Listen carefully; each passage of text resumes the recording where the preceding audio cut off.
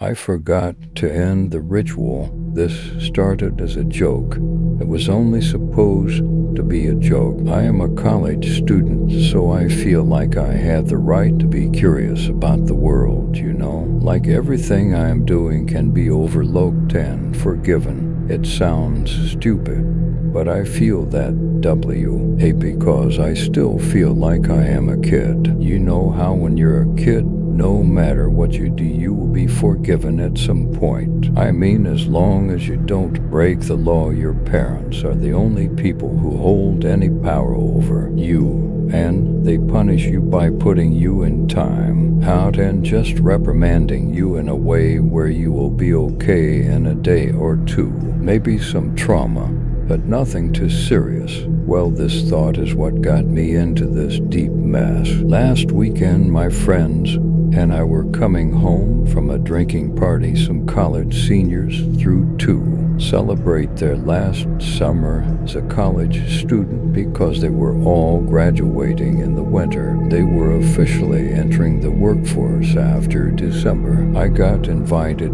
simply because my apartment was off campus and my friends needed somewhere to crash after, and I don't drink. Okay, so I guess I was a chaperone as well. We all got back to my apartment late, and we were taking turns showering when one of my closer friends, Julie, told me she did a ritual last week in the bathtub. It was a ritual she heard from one of her friends where if you succeed, you will be granted 7 days of insane luck. But exactly on the 7th night, you have to end the ritual and cut ties with the luck, or else bad luck will strike. I just looked at Julie like she was stupid because this was stupid. I am a horror maniac and I always try dumb rituals. When I was 8 or 9, I played Bloody Mary countless times and nothing happened. Once I got older, especially in college, I did more daring ones like the elevator game, hide and seek, and most recently I did the corner game with my other horror maniac friends,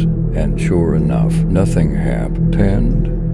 So to say I was a believer was a long stretch, but Julie never likes any of this stuff because both her parents have passed away from a freak accident that the police refused to give information about, and her house is right next to a morgue and cemetery, so she hates it. When I talk about horror or ghosts, she feels as if she has a higher chance of encountering these things since she's so close to dead people. So when she brought up this game, I was a little confused since she looked dead serious, but she was also dumb drunk, so I just had to humor her and told her that we could do it tomorrow after she's not so drunk. She just sat in her little green beanbag chair giggling. Everyone else was in either my room or my spare bedroom knocked out, so I was the only person seeing this,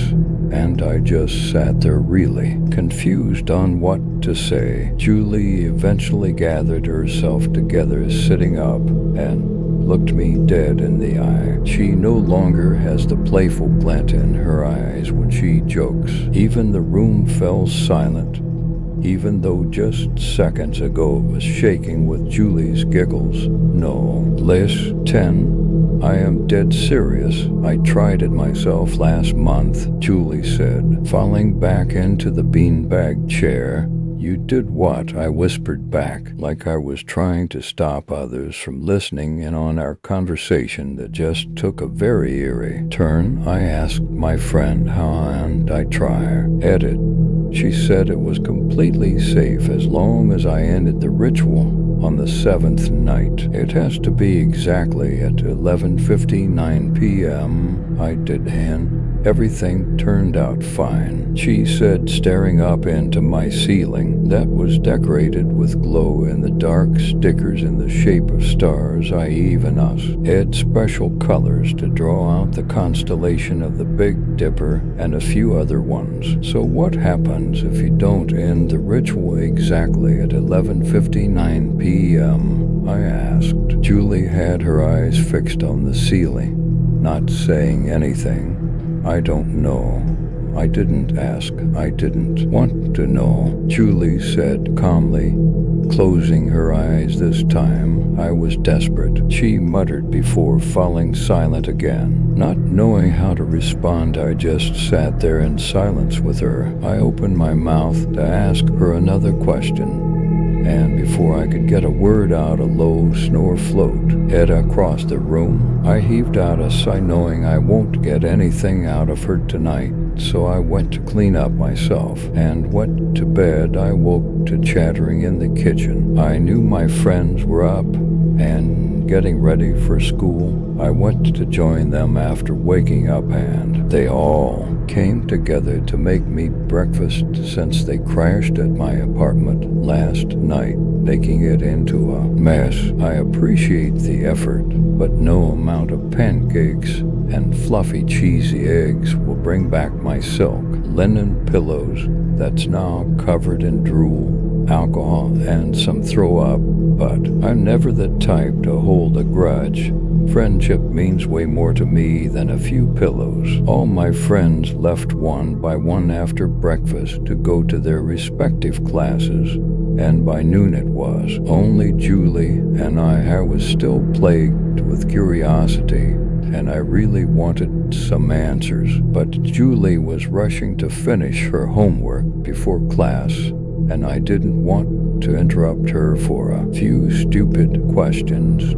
Julie started packing up to leave, and I was just watching some TV, deciding that I would ask her to come over after her class or something to ask some questions. My phone buzzed, and it showed that Julie had left me a message. Julie, I left a note on your desk.